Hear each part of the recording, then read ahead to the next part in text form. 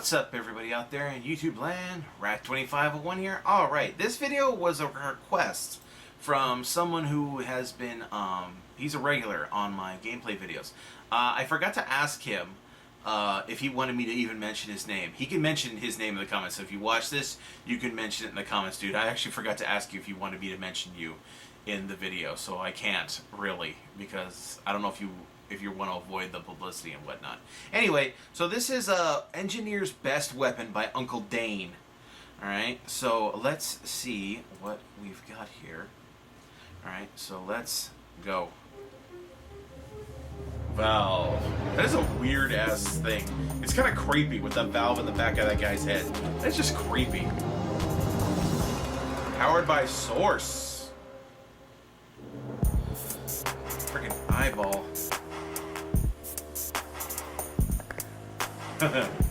Did you forget about me? These are pretty good illustrations. What are these from? Did he make these, or did he commission them, or are they like from DeviantArt or something? I don't know.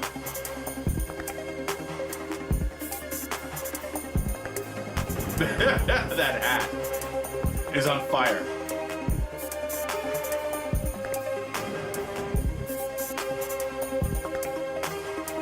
Oh, 2 battle Engies.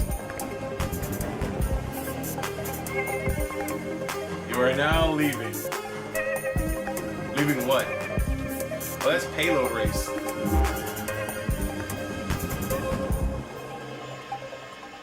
Damn it, my frickin' eye.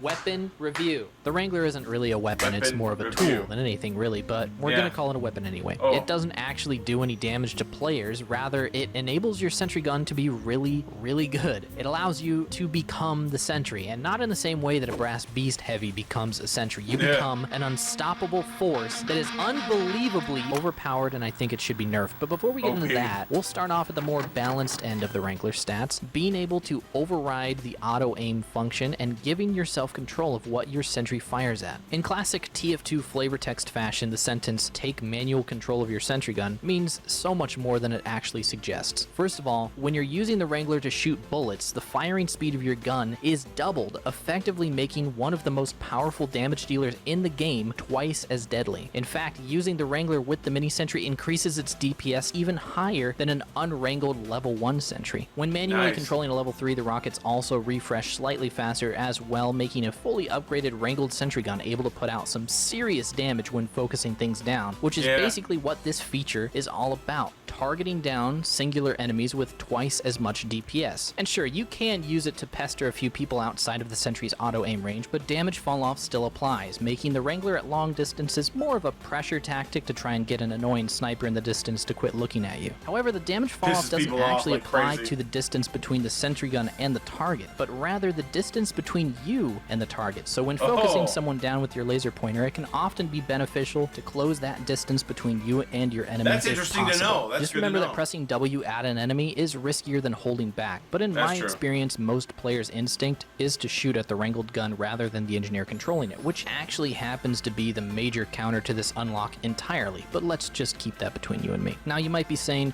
but wouldn't it be better to just allow your sentry gun to aim for you since it's going to have perfect tracking, and I am not a godlike aiming machine like my sentry gun? Well, you'd have a good point there if there wasn't already a simpler form of auto aim on the Wrangler as well. That's right, almost as if you were going back to playing on the Xbox 360, the Wrangler comes with aim assist. Nothing too crazy, but enough to make it viable at medium to long ranges. This feature pretty much ensures that the manual control isn't completely useless outside of your sentry's default bubble, but it also makes it relatively difficult to aim your rockets, specifically to pop opponents up into the air since it always seems to lock onto the center of their hitbox, which can be frustrating because, I don't know, I just want to combo somebody as engineer, goddammit, there we go. However, since it won't auto-lock onto disguised spies, you can do hilarious stuff like this. And you can use the rockets to move sticky bombs out from underneath your sentry gun when you've got somebody trying to stack them. You can also just use the bullets to destroy them, but that takes a lot more precision than just blowing them away. Speaking of getting blown away, did you know that you can fly as engineer? Sentry jumping is an extremely niche thing that you can do with the Wrangler, and it's a shame how unviable it is in typical balanced games because it's a lot of fun, takes skill to get good at, and allows Engies to shake up the relatively stale Sentry Spot metagame. But because of the unavoidable reality that it requires you to set up a level 3 Sentry gun, and the unfortunate reality that damaging yourself with rockets puts you at a huge disadvantage when making an offensive play, Sentry jumping is more of a gimmick than an actual strategy. You'd probably only see an engineer sentry jumping in a serious game in order to get out of an unfavorable situation, which is basically just as risky as standing your ground because of the health it costs, or you'd see someone doing it just messing around trying to land a market partner. But because of the time it takes to set up a level 3, the damage you take from the rockets, and likely fall damage after landing, sentry jumping just isn't something worth practicing. In my opinion, the most viable mobility technique to use with the Wrangler is actually bullet jumping, which is a lot more limiting than jumping with rockets, but ends up being way faster, especially when pairing it with a mini or a level 1 sentry. This technique is pretty much only useful when trying to clear short distances or access areas that are slightly out of the engineer's reach, but is still handy enough to include in the flank engineer player's skill set. Unfortunately, you still have to take into account the damage penalty when shooting yourself with bullets. Perhaps the coolest thing about sentry jumping is the entire world that it can open up to people who enjoy doing community things like jump maps. Now, there may not be a whole lot of engineer-specific jump maps out there, but believe it or not, the engineer can often complete most jump maps that were designed for soldiers or demo man, even the pogo and rocket sink sections. The reason for this is because the sentry gun actually shoots 4 rockets rather than 1, and despite doing less damage than a soldier's rocket, for example, they still give a larger amount of knockback, enabling the engineer to fly much further with 1 jump than a soldier or a demo man can. Sentry jumping for the fun of it is something that I like to do in my spare time just because it's a challenge to try and see how far I can get on a jump map intended for other classes, but in your typical TF2 match, this skill hardly ever comes into play. But despite all of that, I highly recommend you guys try it out. Jump.tf's beginner server is a good place to start, and you can actually complete the first section with just a mini sentry if you're good enough at bullet jumping. If any of you guys want me to make a sentry jumping and bullet jumping tutorial in the future, just let me know if that's something you'd like to see in the comments. I'm sure I can throw something together for a separate video if that's something people would like to see. But in the meantime, it's time for Uncle Dane to stop gushing over how awesome the good part of the Wrangler is and get to the dumb part. And it's been right in front of us the entire time. This thing, this big, bright, translucent sphere is what tips the Wrangler over the edge from a fun tool to make your sentry gun situationally stronger at the cost of relying on your own skill into a brain-dead damage sponge that takes no effort to abuse and way too much comparative effort to counter the shield. The Wrangler's shield blocks a whopping 66% of incoming damage, with the downside of also blocking 66% of incoming heals. Now, already, without the Wrangler, a sentry gun on its own is a very powerful defensive tool. It's literally the best area denial thing in the game, and a lot of the reason why it's so powerful at keeping people away from stuff isn't because it puts out a lot of damage. It's because the mere existence of a sentry gun delays pushes. A bad player will walk into the sentry gun and die, which wastes time. A good player will avoid the sentry gun and instead of trying to complete the objective, attempt to destroy it, which wastes time. Now keep that in mind because we'll come back to it in a second, but first I want to explain the concept of effective health. Effective health is not the literal health number that someone or something has, but rather the amount of damage required to reduce that number to 0. For example, the battalion's backup increases your actual health by 220, but blowing the banner increases your effective health to around 300. Buffing someone with the medigun increases their actual health by 50%, and popping Ubercharge on them makes their effective health, well, infinite. Pulling out the Wrangler increases the effective health of your sentry gun by 66%, which means that you can basically force your opponent to do at least 3 times as much damage to your sentry gun in order to take it down. Level 3 sentry guns have 216 health. Pressing 2 on your keyboard makes it have 648.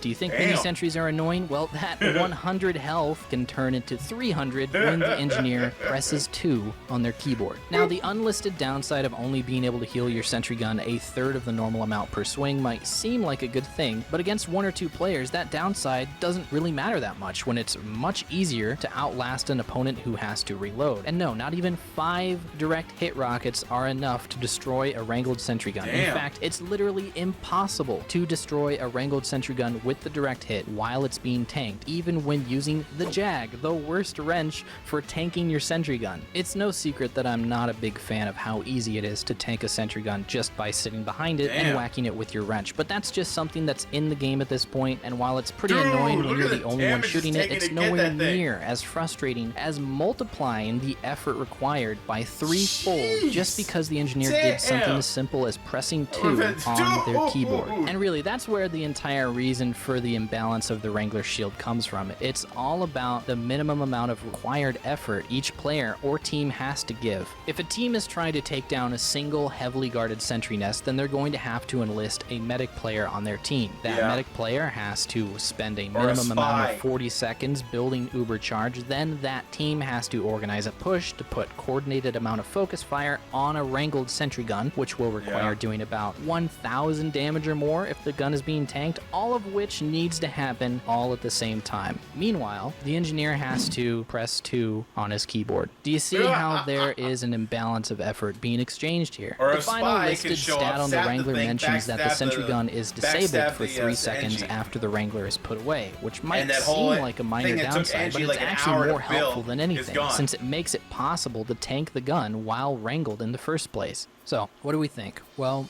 the Wrangler is the engineer's best weapon. Some people would call it overpowered, and I would have to agree, and that's very simply for the sole reason that it's a very good offensive tool for the engineer player who plays around his sentry gun, as well as an amazingly useful and easy to abuse defensive tool for practically anyone who builds a sentry, aka every single engineer player on Earth. The Wrangler's just got too much going for it, and it makes the engineer, which is a defensive support class, take on a third role, a tank. Sorry, Heavy, but 300 health is basically nothing compared to this baby. Now, in previous weapon reviews where I had criticism to give about the subject at hand, I gave my own suggestions of what I think should be changed in order to make the unlock better. I personally think that if you're going to be dishing out roast, it's only productive to present your own ideas of what can be done to fix the situation. However, I want to preface this section with the reminder that I am not a game designer. I have no idea what the best way to balance the Wrangler would be, because frankly, that's not my job. However, I do play TF2 an absurd amount. I've played with and against this weapon for a very long time, all the way back to when the Sigafu save was still a thing. My balance ideas are much more rip the band-aid off than Valve's seem to be, so I don't expect my suggestions to actually be implemented. However, if it were up to me, which it isn't, this is how I would change the Wrangler. I would get rid of the shield altogether. It's too powerful in its current state, and it adds a heavily defensive role to an already offensive weapon. Simply lowering the damage resistance to 33% or even 3% would be pointless in my opinion, because it's just not fair to your opponent how easy it is to get a free health boost to your sentry, no matter how much. The Wrangler is called the Wrangler for a reason. You have to use it to wrangle your sentry gun like a bull and point it in the direction you want. Having damage resistance alongside that ability is overkill, and frankly doesn't even adhere to the theme of the weapon in the first place. Over the years, I've heard multiple ideas from people that include things like splitting the Wrangler into 2 weapons equalizer style, making the shield only able to block one type of damage at a time like the Vaccinator, or even a suggestion that I gave in a previous video where the damage resistance is put on the engineer himself instead of a sentry gun. And I have no idea if any of these ideas would work. Like I said, I'm not a game designer. All I know is that I'm a huge fan of keeping it simple, stupid, so I'd much prefer just to remove the shield entirely. Now, I realize that completely deleting an entire stat from a weapon wouldn't go over too well with most people, which is why I'd also like to add a small but significant counterbalance. I think the Wrangler, when equipped, should give you full immunity to your own sentry gun's damage. Much like the rocket jumper or the sticky jumper, many people have suggested a sentry jumper, but honestly, I see no reason why you should be given a damage penalty for sentry jumping as engineer as it is. The reason why taking damage while rocket jumping as soldier or sticky jumping as demo man is balanced is because it's something that those classes can easily do in a split second. The engineer can only jump after he's spent 30 seconds or more setting up a level 3 sentry gun, as well as placing it in an ideal spot, which is already much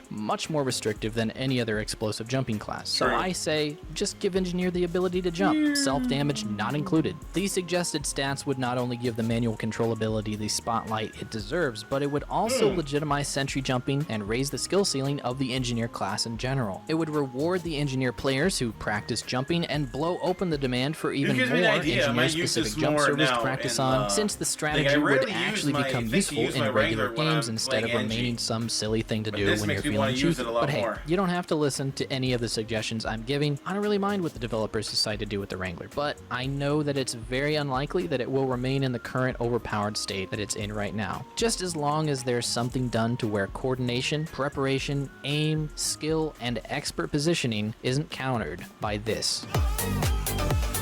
Thanks for watching my internet video, and before you go, I'd like to remind you all about Dollar Shave Club. They don't just offer a refillable razor subscription, they have all kinds of stuff to make your bathroom experience being played by yours truly in Beat Saber. Thanks again for watching, and I will talk to you nieces and nephews. Yeah. So that's just advertisement that he's got there. Alright, so yeah, that's a good recommendation. Engineer's best weapon. Alright, so yeah, I don't know if it's exactly overpowered because I've seen people rip through Wrangled sentries before. You know, people have obviously learned how to deal with it, so I don't think it's exactly overpowered. Because you really got to know how to, like, switch your weapons and shit like that. But that's mostly me in casual. I'm sure in competitive it's a lot more brutal. Anyway, so I hope you guys enjoyed that. I did. Don't forget to like this video and subscribe. Of course, click on the link to the original down in the description. Get down to Uncle Dane's channel. Like the original video and sub to him. I will see you guys next time. Tune in every day for new content. Bye-bye.